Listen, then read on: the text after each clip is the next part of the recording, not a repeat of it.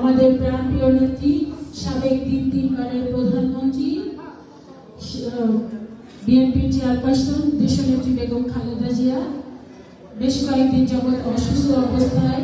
বাংলাদেশের ever care হসপিটালে তিনি চিকিৎসাধীন অবস্থায় আছেন এবং দেশনেত্রী বেগম খালেদা জিয়া সুচিকিৎসার জন্য গোটা বাংলাদেশ যেমন উদ্বিগ্ন, ঠিক একইভাবে সারা পৃথিবী থেকে তাকে সুস্থ করবার জন্য সহযোগিতার হাত বাড়িয়ে দিয়েছেন। ইতিমধ্যে যুক্তরাজ্য থেকে একটা বিশেষ টিম এসছে, মেডিকেল টিম এসছে, সেখানে বেশ কয়েকজন ডাক্তার এসছেন এবং চায়না থেকেও মেডিকেল টিম এসছে, সেখানেও বেশ চায়নার বিশেষজ্ঞ বেশ কিছু ডাক্তার এসছেন এবং পাকিস্তানের প্রধানমন্ত্রী তিনি চিঠি দিয়ে তিনি দেশনেত্রী বেগম খালেদা জিয়ার সুস্বাস্থ্য কামনা করেছেন এবং তিনি যত তাড়াতাড়ি সম্ভব তিনি সুস্থ হয়ে আবার বাংলাদেশের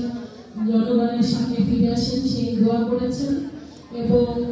ভারতের প্রধানমন্ত্রী নরেন্দ্র মোদীও তিনিও তার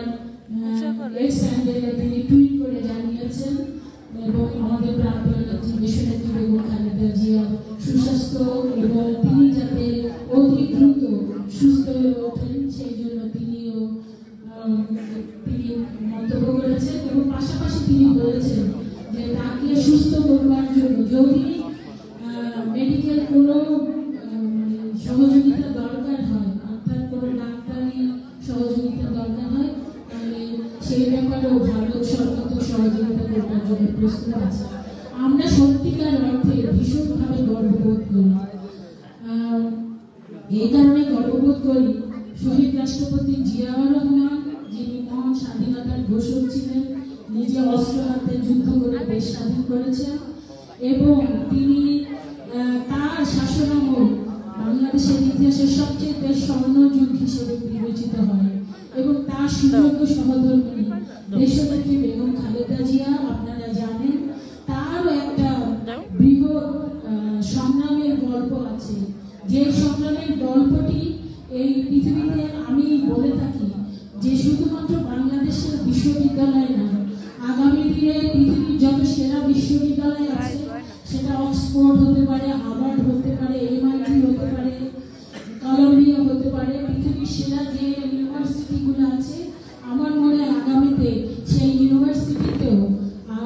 আগামী রাষ্ট্রনায়ক কোন ধরনের হওয়া দরকার এবং আগামী দেশপ্রেমিক নেতা কি ধরনের হওয়া দরকার, আমার মনে হয় সেই জায়গায় দেশনেত্রী বেগম খালেদা জিয়ার জীবন কাহিনী অবশ্যই উঠে আসবে। তাকে নিয়ে শুধু বাংলাদেশ সারা পৃথিবীতে গবেষণা হবে। আর ব্যক্তিগতভাবে আমি বলবো তার একজন অত্যন্ত কাছের কর্মী হিসেবে দীর্ঘ বছর আমি খুব কাছে থেকে আমার দেশনেত্রী বেগম খালেদা জিয়াকে দেখেছি। আমার সবসময় আমার নেতৃত্বে মনে হতো উনি কোনো মানুষ নয়, উনি হচ্ছে অতি মানুষ। ওনাকে আল্লাহ মানে অন্যরকম ভাবে সৃষ্টি করেছিলেন, সেটা বাহ্যিক বলেন আর অভ্যন্তরীণ বলেন। উনি বাহ্যিক ভাবেও এতটা অসাধারণ অপরূপ একজন মানুষ ছিলেন যে দেখলেই যে কোনো মানুষ মানে একেবারে এক নজরে মুগ্ধ হয়ে যেতেন, এক নজরে তার ভক্ত হয়ে যেতেন এবং এক নজরে মনে হতো এই নেত্রীকে ছেড়ে কোনোদিন অন্য কোনো সংগঠন করতে পারবে না। এমনই একজন নেত্রী মন আল্লাহ বিশেষভাবে তাকে সৃষ্টি করেছিলেন। আর অভ্যন্তরীণ আপনারা সেটা তো তার দীর্ঘ বছরের রাজনৈতিক জীবনে তার যে সংগ্রাম সেটা থেকে আপনারা দেখেছেন। তার উপরে এত অত্যাচার নির্যাতন হয়েছে, আপনারা জানেন দীর্ঘ 17 বছর তার উপরে যে নির্যাতন হয়েছে। একটা গল্প বলি, দেশনেত্রী বেগম খালেদা জিয়াকে খুব কাছে থেকে দেখার সুযোগ হয়েছে। তার সুদিনও যখন দেখেছি, সবচেয়ে কষ্টের দিনগুলো